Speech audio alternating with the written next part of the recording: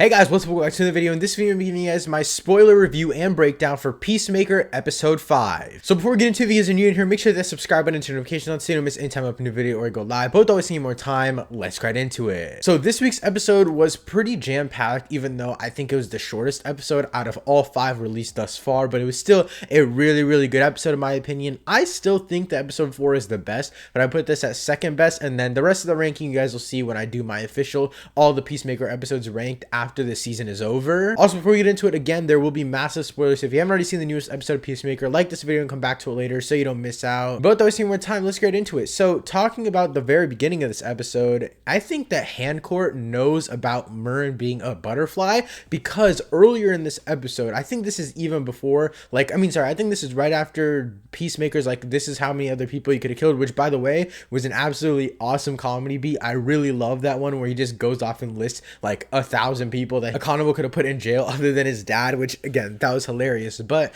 after they all leave that place, Hancourt basically gives Murn a side eye, and I don't know, maybe I'm looking too deep into it, but from what we know in this show, anything that lingers on just a little bit longer than it should, it probably means something like the gorilla later in this episode that was teased last episode, but I'll get into that later. Now I quickly want to move on to talk about Captain Locke, who was also introduced in this episode, and this is a character I've never heard of before, but he has a massive connection to Amanda Waller. So does Adebayo. And my biggest question right now is, does Waller know about Murn being a butterfly as she sends in Captain Locke and as she's still pushing Adebayo to do these different things, like put the journal in Peacemaker's house? There's a lot of little things here that I think that Waller probably knows everything about, and that might be why she chose these specific people in this specific team. And I don't know, maybe it's again all a coincidence, but again, anything in the show that's a coincidence is really just thoroughly planned out. Adebayo in this episode as a whole was really good to me, and I'll talk about her more a little bit at the end of the episode because of the cliffhanger that we were left on regarding her character. But Adebayo just as a whole, in terms of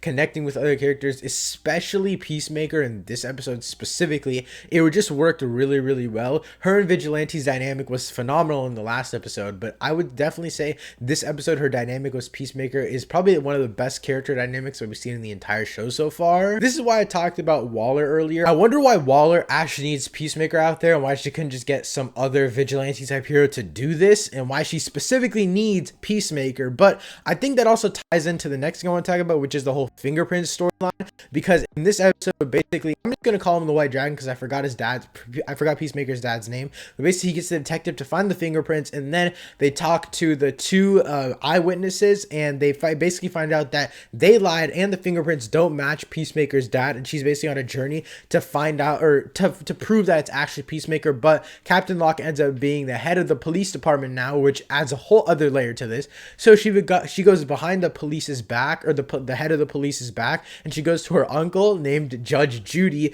and looking for a search warrant so that she can go search Peacemaker's house, probably to find more fingerprints. And what actually lines up with this a lot later, not a lot later, but a little later in this episode, is Adebayo just had planted a journal in Peacemaker's house. So I think that Waller was actually waiting to get the call from Adebayo saying that she planted the journal in Peacemaker's house, and then she let them go, or let the detectives get clearance to go into Peacemaker's house just so they could find that journal specifically. And then obviously that would come with evidence, and it would come with the fingerprints. So I think it's a 2-for-1 right there. I think that's exactly what's going to happen. That's part of my predictions for the next episode. But quickly, I do want to talk about the warehouse scene. I know it happened earlier in the episode, but I just quickly want to mention it. The gorilla, we did get a mention of the gorilla in the last episode, and again, they lingered on it for just a little bit longer than they should have, so I knew it was going to come back eventually. I loved how Economos killed the gorilla with the chainsaw. It was a good callback to Vigilante wanting to bring in the chainsaw. That was really cool to see, and it was also really cool to see the team bond just in general. Harcourt was taking a photo of all of them bonding together,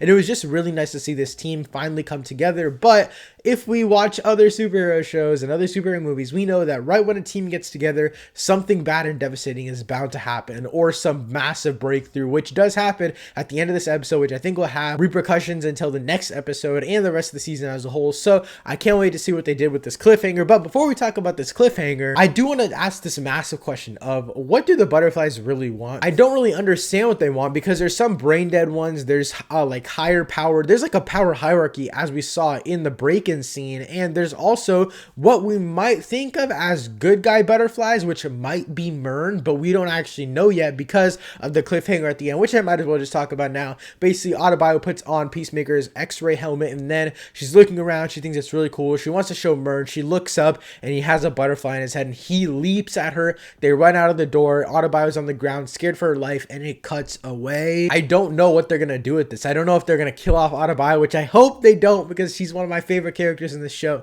and I love her empathy sense with all of the other characters and all of her other relationships in the show, and I really do love what they've done with her character. But at the same time, they might have to kill her off, and then that's another mystery for the team to discover, is how did she just randomly disappear? Because Myrn could obviously have an excuse, because no one knows that she went back to their headquarters, and obviously Myrn was there all by himself going through all of the technology that they got. That's probably why he gave them a rest day and let them go early, so he could get the technology for himself all night. But with that being said, what do you guys think the ending of this episode is going to do to the rest of the show? Do you think Adebayo is going to die? Do you think someone's going to come in and kill Myrn and save Adebayo? What repercussions do you think the end of this episode is going to have? And yeah, that's basically it for this video. Hope you guys enjoyed Peacemaker episode 5. Check back on the channel because I'll be here next week reviewing Peacemaker episode 6. Thank you so much for watching. I'll see you next time. Peace.